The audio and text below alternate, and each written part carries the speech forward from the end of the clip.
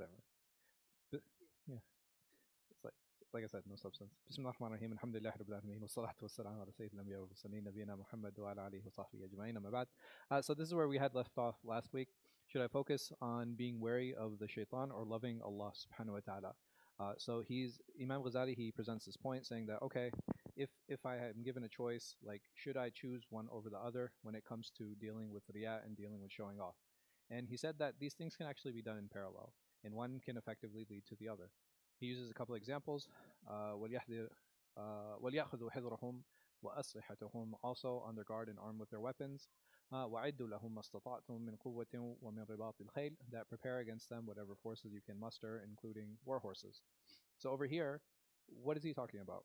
And what do these verses have to do with this idea of being wary of the shaitan and loving Allah subhanahu wa ta'ala?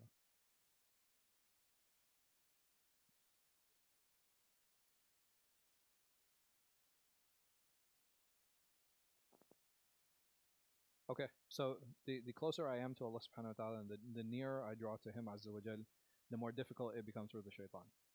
Like, but I'm asking here very specifically, because if you look at these verses very superficially, what are they essentially telling me to do? Be cautious, right? Prepare. Be prepared. Make sure you have your weaponry on you. Make sure you're guarded.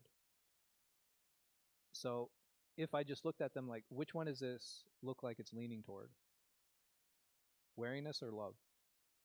This looks like it's closer to wariness, but he includes these two verses saying that no, these are a sign that you're doing both. How?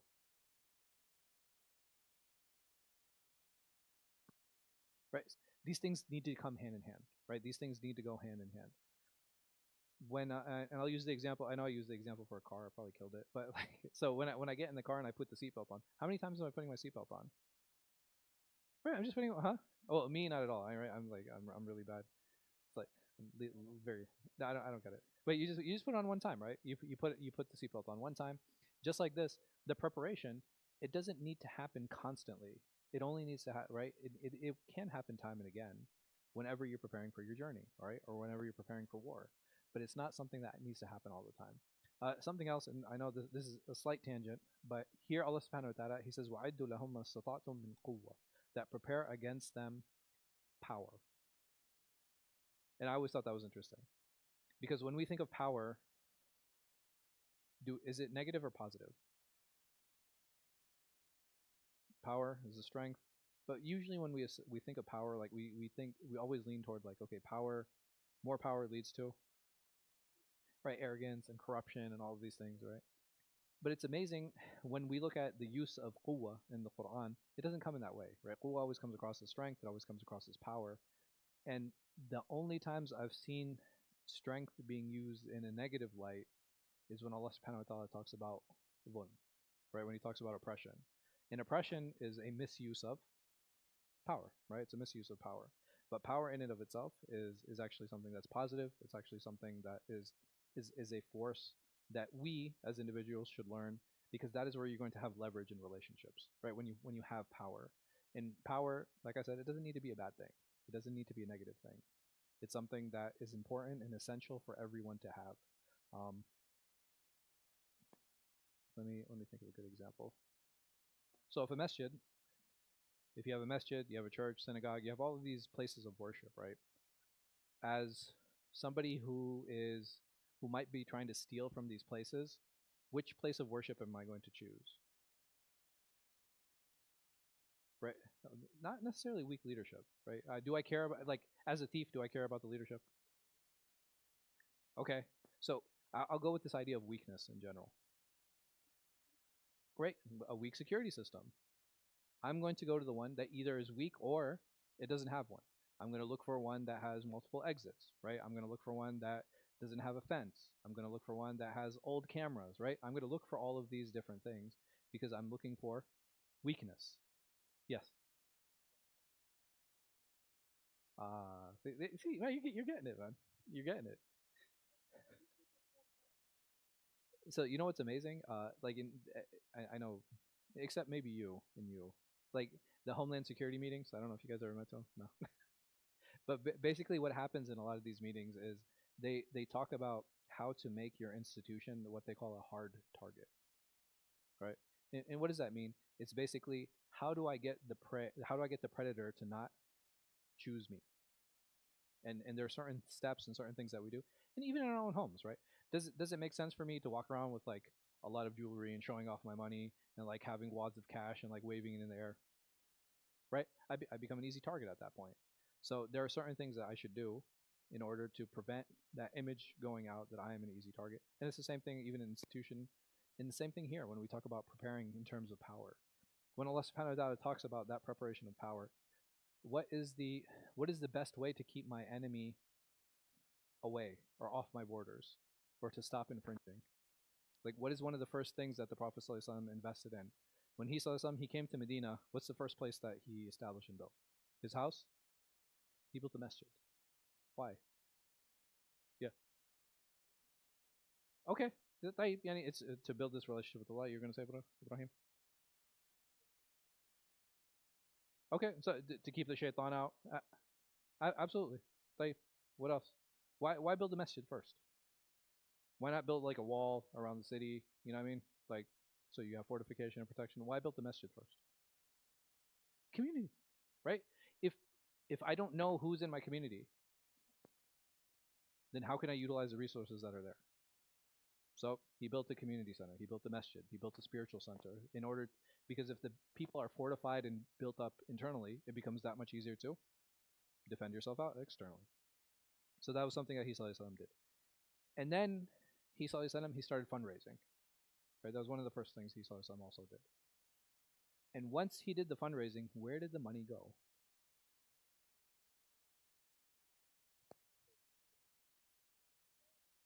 For weapons. And then, because when did Badr happen? Year 2. Pretty quick, right? It's not something that, it was like year 7, right? No. It was the second year, right? Let's say about 18 months after they arrived. So he invested in weapons. Why? Right. Well, not just fortified defenses, because right, the ayah is clear, for sure. So Allah subhanahu wa ta'ala, he gave this order, but there's a wisdom behind the order, right? So he bought all these weapons. It wasn't a lot, but it was some. And then what did they do with these weapons? They raided the caravan, which was Badr. And this was a certain type of investment, because by raiding caravans, what happens? There's twofold, right? You're creating this projection of power where now the surrounding tribes, what do they see? Right, they're like, hey, well, okay, these guys we don't want to mess with because they have the weapons and they're aggressive and they're willing to use it. So you know what? We're not going. Remember how we were talking about a hard target? That's exactly how you create that hard target, by having that projection of power. And secondly, what was the second huge benefit from raiding caravans? You get more goods, right? And subhanAllah, a lot of those goods, where were they from? They're from Mecca, from a lot of the people who migrated and were forced to leave them. Right? So it was like a big part of it was reclamation and like taking back. It was like, okay, well, you're selling our stuff. We're just taking it back. So this idea of having power is something that it is fundamentally important in any relationship that we have. And if I want to negotiate with someone, why is someone going to sit on the table with me if I don't have power? Why is someone going to talk to me? They won't. Why? They don't have any reason to.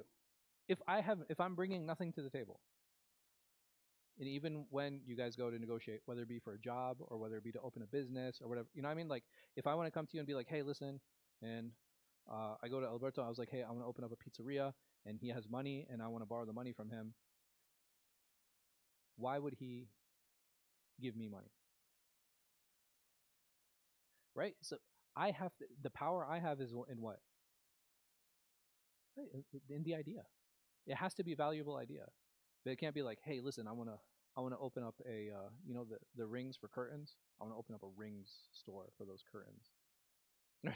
He's not interested in investing, right? He's already like, I'm out. And again, but understanding those dynamics, it can help us leverage a lot of the relationships that we have. And even in setting boundaries, like when we say things like no, in no, there's what? There's power. Because people understand that there are consequences if they ever go past that. And many people, many of us, right? We don't want consequences. Like we always try to avoid consequences. We avoid trying to get hurt. This is human nature, right? Like we don't want conflict, right? There aren't people who thrive for conflict. Actually, people want less conflict. And if I understand where a person says no, then it allows me to stay away from that space. So regardless, this idea of power and preparation, this can be done very much in parallel with a love for Allah subhanahu wa ta'ala, because I'm doing these things because Allah subhanahu wa ta'ala is commanding me to do that. And if I'm doing the things that He commands me to, this is my means and my way of what? Showing love to Him Azza wa Jal. So he's saying the verses that he brought were the enemy you can see. And the enemy we cannot. How do we prepare for that? Right? I have to trust Allah. Like I have no choice. Like it's not like, okay, let me pack my Quran and my dua book and my wird book, right? Like I and I have like a belt, like a Batman belt, right? These things I memorize, right? Because they're tools that I use. But ultimately, those tools are all reliant on what? On my belief that Allah subhanahu wa ta'ala is going to take care of it. And the thing is, like, with the physical enemy, yeah, I might be able to learn how to fight. I may be able to learn how to use a knife. I might be able to learn how to use a gun, right? There are different ways that I can implement self-defense. But at the end of the day, those things are great against physical enemies. But unseen enemies, like the shaitan, or even unseen enemies who are planning and plotting against me, do I have any control over that? Can I do anything? If someone is plotting and scheming and trying to bring me down, what can I do about that? Nothing. And not just that, I can't do anything about it. Do I need to worry about it? No. When should I worry about it? Right? When there's something I can actually do about it, right? Like when it's actually brought to my attention and I have the ability to do something about it. But if I'm in a situation where it's like, okay, there's this newspaper that is talking about me and I don't know anybody who works in that newspaper, right? Even if it's the Times of Israel, right? You know what I mean? They're speaking about me. True story. Like I can't do anything about it, right? There's nothing I can say. I don't know anybody who sits on their board. I don't know anybody who I can talk to like have that article and stuff removed. So what do? I just ignore it. I ignore it. You know, I tell people not to click on it to increase the hits. Like, you know what I mean? Like there are things that you cannot do, and there are things that you don't need to worry about, and you just continue doing good deeds. You continue working toward good, because that is where Allah subhanahu wa ta'ala is going to bless us. Ibn Muhayriz, he said, a prey you see but doesn't see you is likely to be caught. So if I'm the predator and I see the prey and the prey doesn't see me, what's going to happen to that prey? It's going to get caught because it's unaware. It's unaware. You don't think so? Oh, okay. And a predator that sees you but you don't see it is likely to catch you. What is he talking about here? He's talking about the shaitan. If I am constantly unaware of the shaitan, then what's going to happen? The shaitan is going to catch me. And subhanAllah, the thing, our relationship with the shaitan is that he's always trying to undermine us. And he's not always going to try to undermine us the same way, in the same method every single time. Right? He's got a playbook. And how big is his playbook? Right? right? It's pretty deep. You're talking about from pre-Adam, right? Pre-Adam until now. Right? He's got If it was the commander's playbook, they'd always be losing. But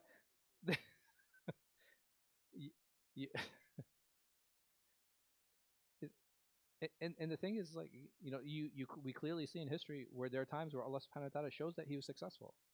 Allah subhanahu wa ta'ala talks about evil people, and he talks about good people. So there are times where he fails, and there are times where he succeeds. It's my job to be on guard.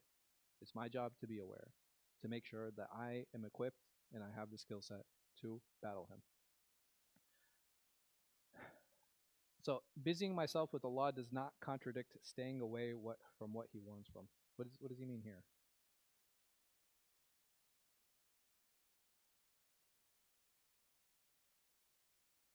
Hmm. All right, let's talk about a deed. Let's talk about lying. Right? Let's make it practical.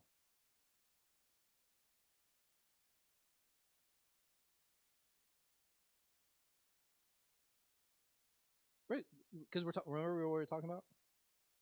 We're talking about how to be wary of the shaitan and gain Allah subhanahu wa ta'ala's love, and how these things can be done in parallel. If I'm actively working to love Allah subhanahu wa ta'ala and actively working to gain His love, automatically what is that going to prevent me from doing? Or from falling into sin. If I'm working to gain Allah subhanahu wa ta'ala's pleasure, will I want to lie? Will I want to steal? Will I want to hurt others and take advantage? Right? And that's how these things work in parallel. It becomes more so about gaining Allah subhanahu wa ta'ala's pleasure, understanding some of the tools and methods that the shaitan uses so that we can learn to protect ourselves, and in the meantime draw nearer to and gain a better relationship with Allah subhanahu wa ta'ala. So he talks about this other group that says that, oh, you don't need to, I forgot what the second group was, man. They mentioned three.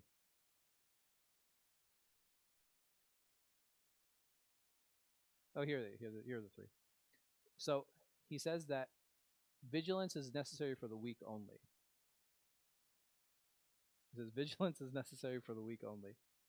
And why does he say that's not a tenable position? How come he says that's not a realistic goal?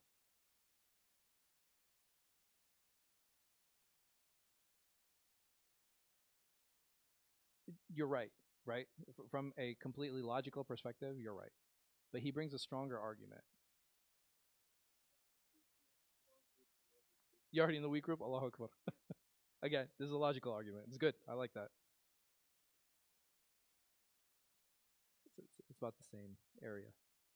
He brings an excellent example. He brings examples to show us that why this is not realistic. This is not tenable. You will never reach a point where you do not need to be vigilant anymore. He uses the examples of the Anbiya. Right? So he uses the examples of the prophets on how even the shaitan, what would they do? They would try to distract them. And by using that example, what is he implicitly saying? Right, if the strongest of mankind have this distraction, then who am I? Simple as that. Oh, the third one, I think there's a balance. It's the balance. Oh, they say it's necessary. Like we have to guard against the shaitan. Jazakallah. No problem. He didn't give straws?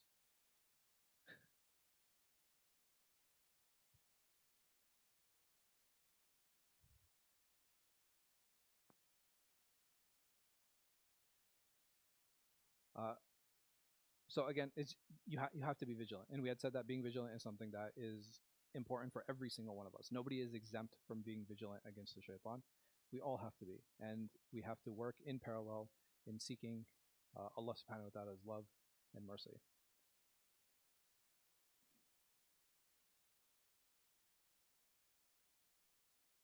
So he's talking about preparation doesn't nullify reliance, right? This idea of what tawakkul is, even this manifests in different ways.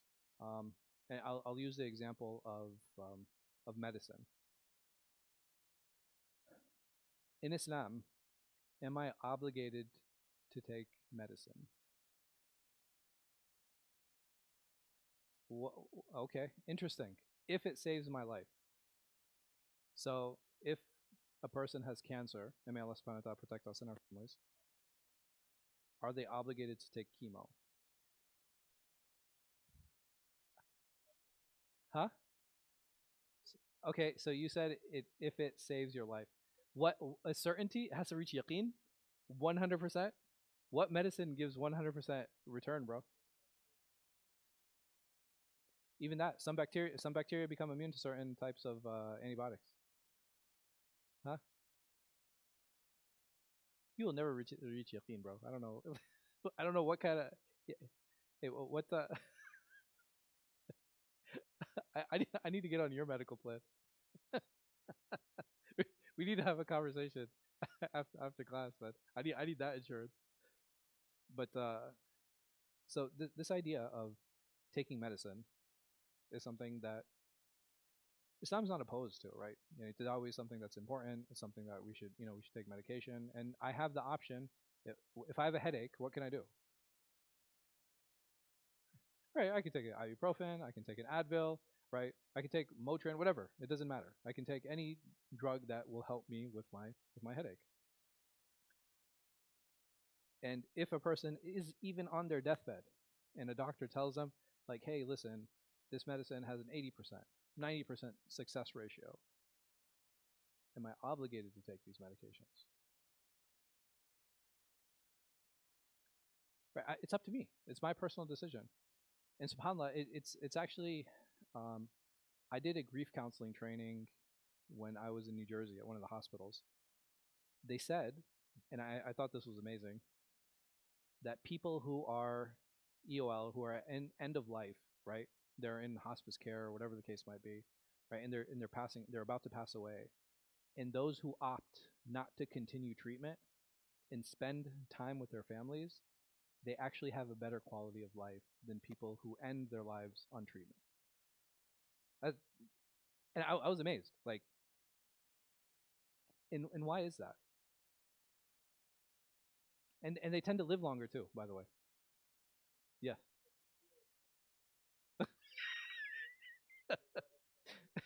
Big pharma. Right. Sure.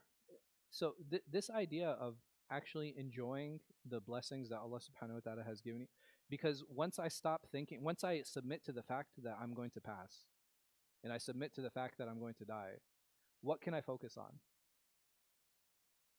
I can, right, making most of the time I have left and focusing on the relationships that I have around me, because guess what's not on my periphery anymore, and guess what I'm not worried about anymore? No, the death itself, right? I've already submitted to it. Like, I've submitted to the fact that, you know what, I'm going to pass away, I'm going to die, and I can actually focus on those things that are important to me. Like, what if we had that mindset today? Right? We would have more of a fulfilling life. If I'm not constantly worried about death. And death is something that we should worry about in the sense, like, okay, how have I prepared for it? And even this hadith, I'm sure you guys are familiar. You know, if 3 days have passed, make sure you have a will.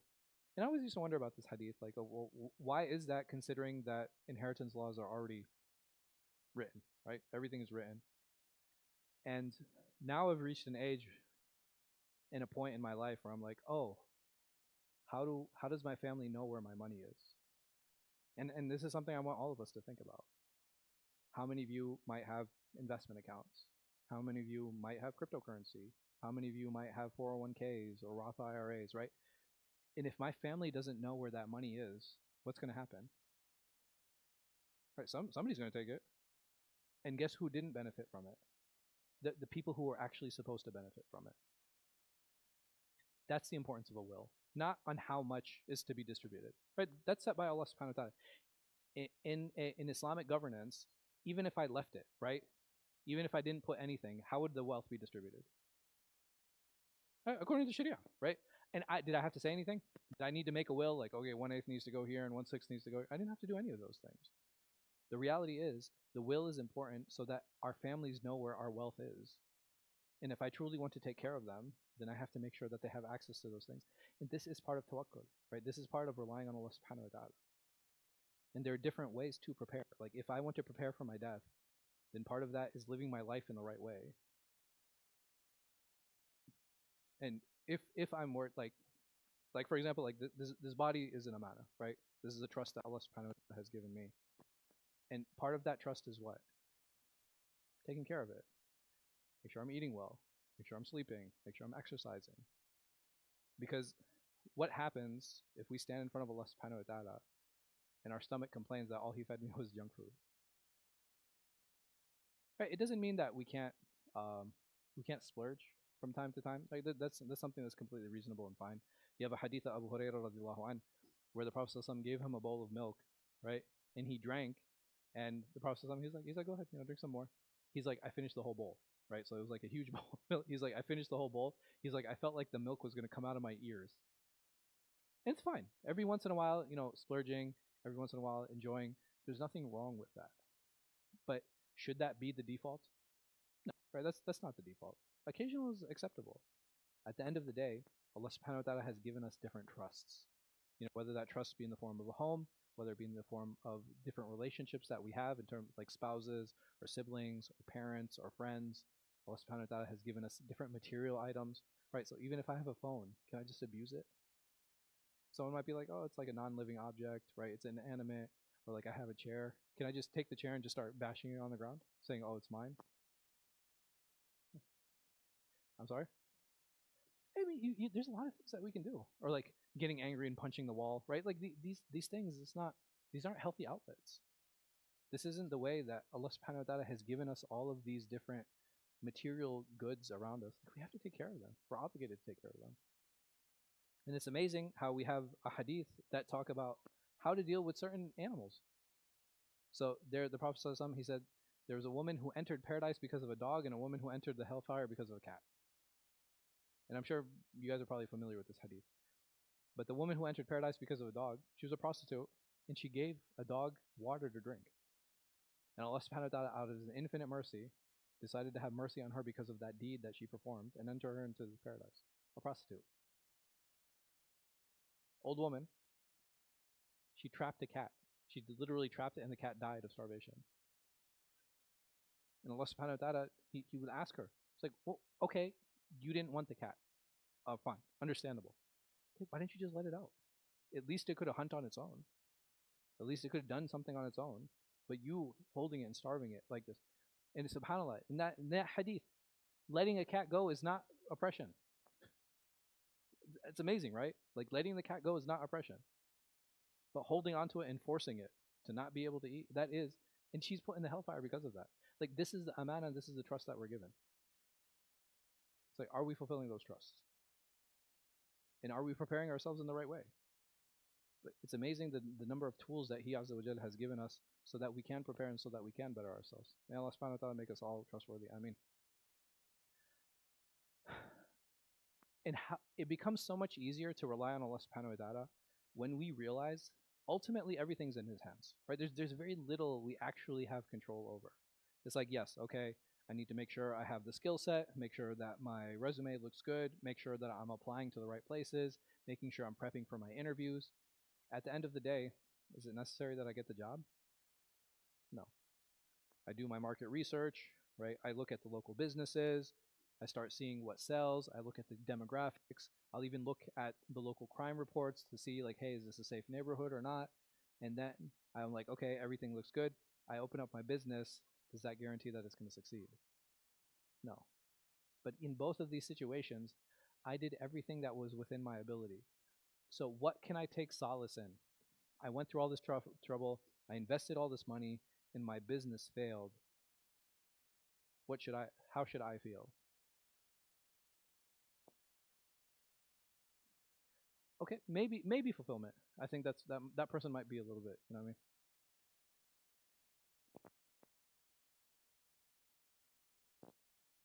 I should right content. Why should I feel contentment? Right, this is what Allah subhanahu wa ta'ala decreed. And what? I did my best. Right? I actually went through all the steps. And essentially Allah subhanahu wa ta'ala, He commands us to do two things.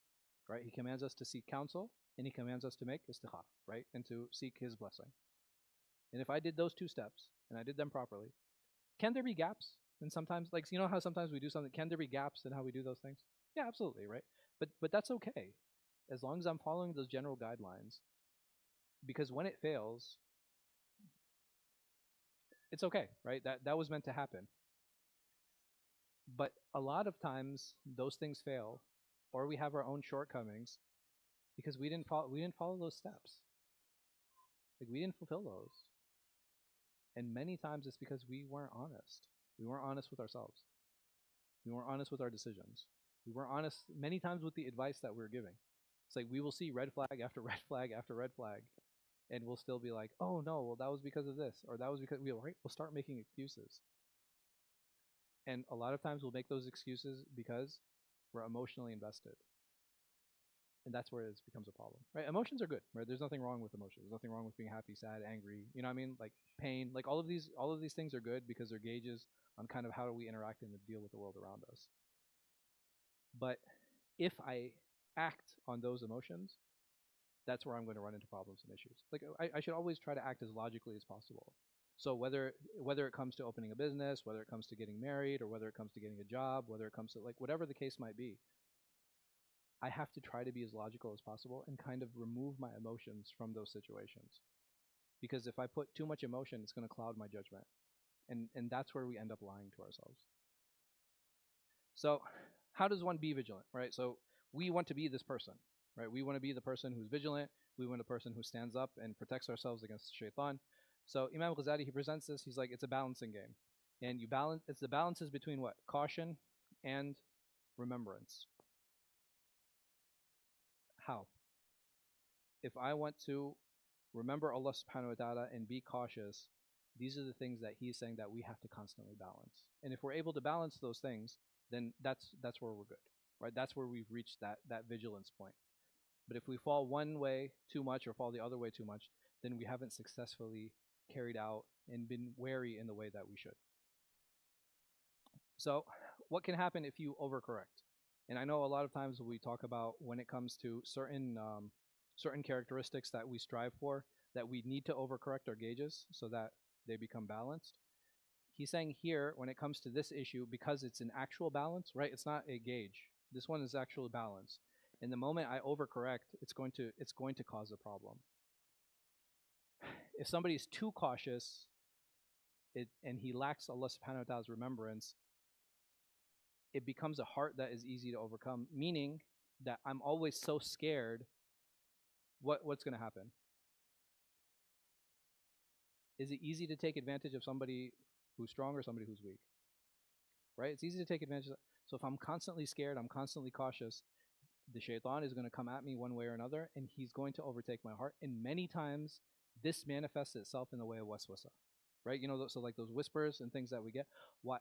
We're just so constantly worried, man, did I break my wudu? Did I pray? Did I give my zakat? Was I in the third rak'ah? Right? And some of us might suffer from this level of waswasa. But that person is that much more vulnerable because they're constantly doubting themselves, because they're constantly cautious. Like, what does this come from? It comes from over caution, right? Like when we're too cautious. And that over caution, guess what? The shaitan, man, he's having a field day. He'll come right in, be like, nah, you actually didn't make wudu. Like, no, you actually, not only did you miss the third and fourth rak'ah, you missed the second rak'ah too, right? You know, and he'll just take advantage of those things. And what happens to such people is that they become so cautious. They become so cautious. It's like, man, I started praying, okay, and then I need to do all my sunnah. Okay, I need to dress a certain way. Okay, I need to make sure I'm going to the masjid for every prayer. How sustainable is that lifestyle? Like, I need to do all my fast. Like, I'm going to fast every Monday, Thursday. I'm going to fast 3 days. Okay, you know what? I'm just going to fast every other day. Can some people successfully do that? Yeah, I think so. I'm sorry? It's tough, right? It's difficult. How do you know a person is on a path to failure? Like, because their trajectory isn't like this. Usually such people, how does their trajectory look? It usually looks like that, right? It's like all of a sudden, like they read a few hadith, or they'll read some verses, or they'll start practicing, and what happens is like they'll kind of skyrocket. I'm sorry? Right? You just like all of a sudden they're like doing everything all at once, right? They're praying all their sunnah, they're doing all these fasts, and like, you know, they're reading Quran every day, and they're memorizing, they're sitting in like 20 classes, and it's like yo, what is happening? It's like, yeah, you know, I'm just going here and I'm going here, and they're just kind of running around. And what happens, like, okay, after a month, no, we burn out. Why do we burn out?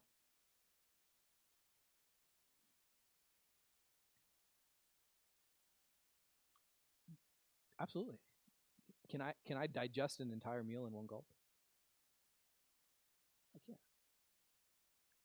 And even when we talk about our path to paradise, it's not a sprint, right? It's just not. It's a marathon. And a marathon takes time. And even when we talk about digesting religious knowledge, I have to take it piecemeal. I have to take it little by little. I can't just gulp it all. And even if I do, my stomach is probably gonna get messed up. It's the same thing with Islam. Like if I try to take in too much, I'm not going to be able to digest it all. I'm not going to be able to understand it all. And not just that, many times when people take in Islam in this way, Islam becomes very black and white to such people. Very black and white. It's like it's either halal or haram. It's either right or wrong, or it's either this or that. It's like, well, didn't the Prophet talk about there being a gray area? Yeah, the gray area, you have to stay away from that too, right? So everything just becomes black and white. And when a person lives such a binary lifestyle, it's just not sustainable. It becomes too difficult. Just can't navigate life. Like all of a sudden, when such an individual enters the real world, they're like, oh, well, okay, well, no, I can't get a credit card, and I can't work over here, and I can't do this, and I can't do that. Such people, I usually ask them one question. It's like, okay, well, what can you do? Because last time I checked, if I looked at the things that were impermissible, not that long a list, right? It's actually a pretty fixed list of the things that I can't do. How come for you, like, the entire focus is this list? Like, what happened to all the things that we can do? And the different ways that we can participate? And the different ways that we can engage? And it's just like this inverse view of Islam, of again, this binary type of thinking, that either you're in or you're out. And how does Allah subhanahu wa ta'ala describe that? He says, لِتَفْتَرُوا عَلَى اللَّهِ الْكَذِبِ. He says that you will fall into extremism actually lying on Allah. But this is what it leads to. And it's amazing how Allah subhanahu wa ta'ala uses the word iftira. He uses the word extremism to actually describe these people who just go around like labeling things. Like, this is halal, this is haram, this is haram, this is haram, right? That's not how the religion is supposed to be. And the things that are haram, we know, like lying, stealing, backbiting, riba, zina, right? They're very clear. All the other stuff, okay, let's have a conversation. Okay, well, I think there are elements of this that are haram. I think these are the type of transactions you need to stay away from. Okay, when you go to this place, like try not to work in this section, right? You know what I mean? It becomes a lot more practical when you're actually able to parse out some of these things and give paths to navigation instead of just closing the door altogether. Right? It's just not going to work. Like this, it's not reality. And the Prophet ﷺ, he came to show us a practical way of living our life and living Islam. If I'm too focused on dhikr, eventually his heart will be consumed by the remembrance of shaitan. I thought this one was interesting. So if a person is only engaged in dhikr and doesn't care about protecting himself from shaitan, he says that he'll be consumed by the remembrance of shaitan. How's that?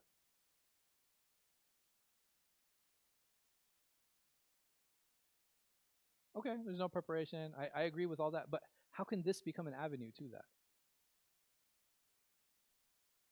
The dhikr is one of the tools that we said protect us, right?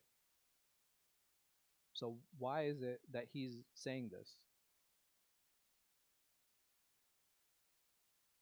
Right, it can become out of habit. So why is that a negative thing?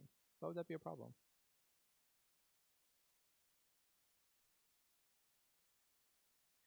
Okay, maybe.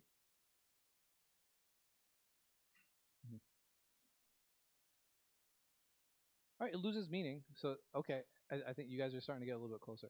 If it loses meaning, all right, defense is good. No, listen, absolutely. But I'm saying if it becomes just lip service, what happens?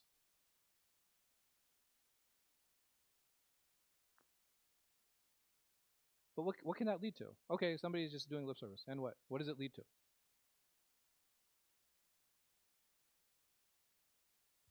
Thank you. It leads to riyah. Because what is motivating me now?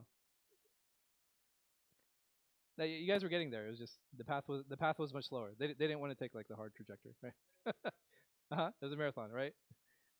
But so it leads to riyah. Because at the end of the day, someone might be like, okay, if it's only lip service, what is motivating you? What's motivating you to even do that lip service? There has to be something. There has to be something that's pushing me to do that.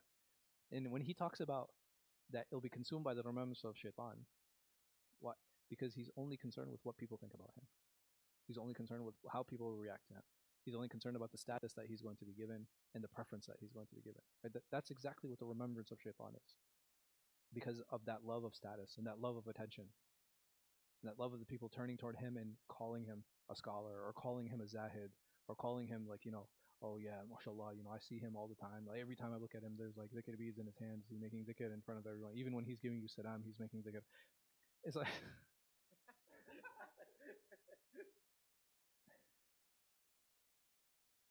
I'm not judging anyone. It's just weird. I don't know. I don't see the Prophet ﷺ like that, right? I don't see him interacting with people like that. Maybe they're sincere. May Allah bless them. But at the end of the day, it's important for us to kind of be aware of these things, because once we fall into lips, there's something that's motivating us. There's something that's moving us. There's something that's causing us to say this and to even make that lip service. And that is the shaitan. Because the shaitan, remember, we said he's going to slip in different ways. And the easiest way for him to slip in is to keep pushing us to do certain things and be like, oh man, isn't it great how people are dealing with you, and how people are looking at you, and the status that they're giving you, how people are appreciating you, how people are giving you special treatment, how people are bringing you coffee. You know what I mean? Like, there's so many things that can entice us or push us to continue doing actions, and if we look at the core of those actions, they're completely devoid of Allah subhanahu wa ta'ala. May Allah subhanahu wa ta'ala make us sincere. So, what is the best way to balance? He says the truth. That's the easiest way. What does he mean, the truth? I know I talk about it a lot, right? I talk about honesty, like, being honest. So when he's saying truth, what does he mean here?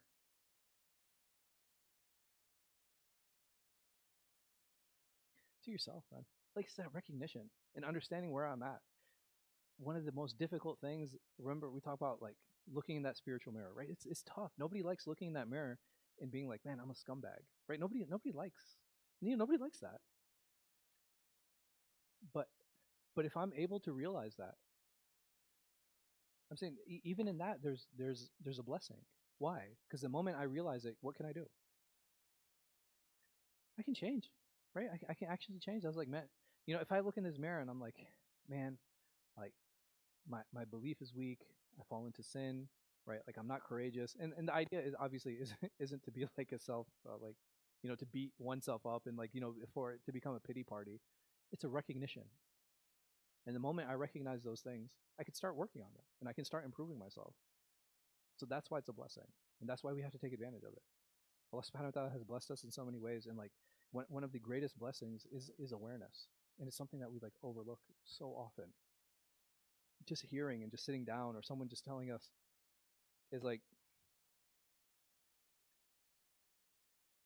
hey, when you do this or when you do that, it's like, man, that's actually really cowardly. Like, I think that's great advice. I think it's wonderful. Yeah. Yeah.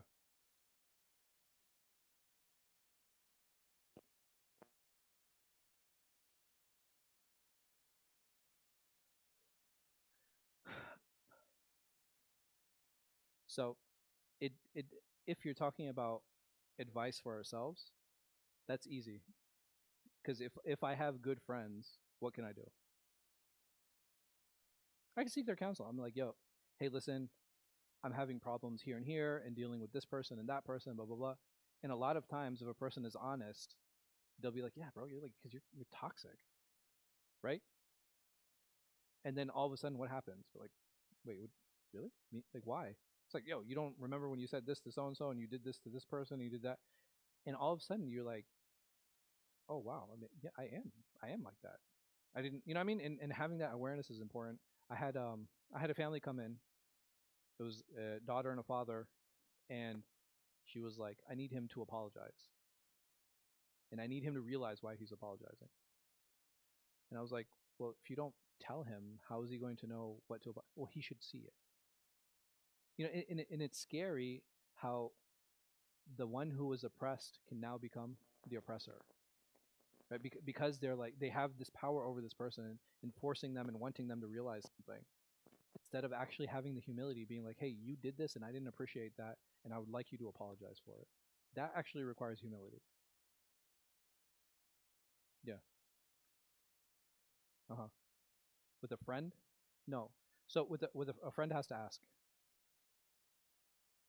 You can, but you have to ask. Right? The only way into these things is with a question. It's like, hey, listen, something's really been bothering me. Is it cool if I share it with you?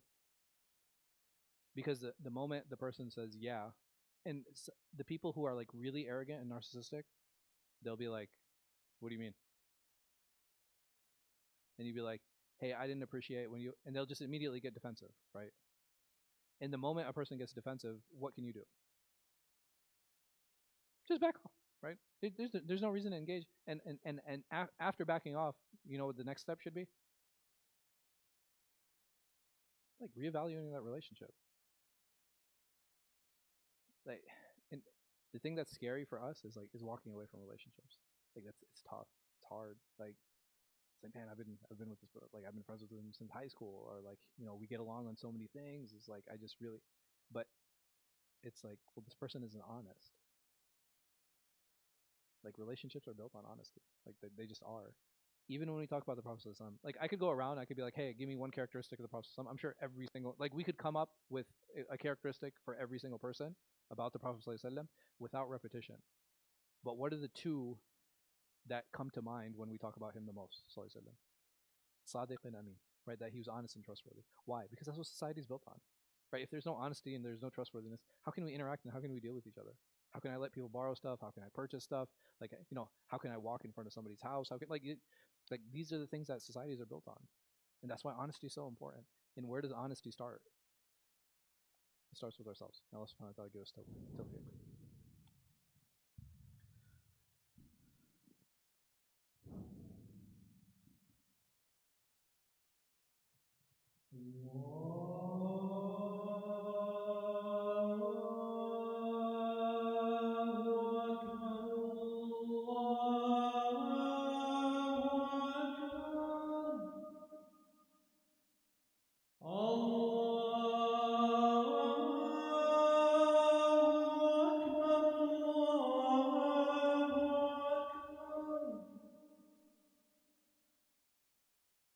أشهد أن لا إله إلا الله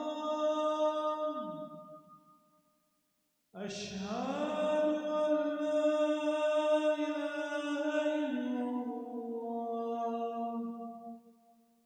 أشهد أن محمدا رسول الله أشهد أن محمدا رسول الله حي على الصلاة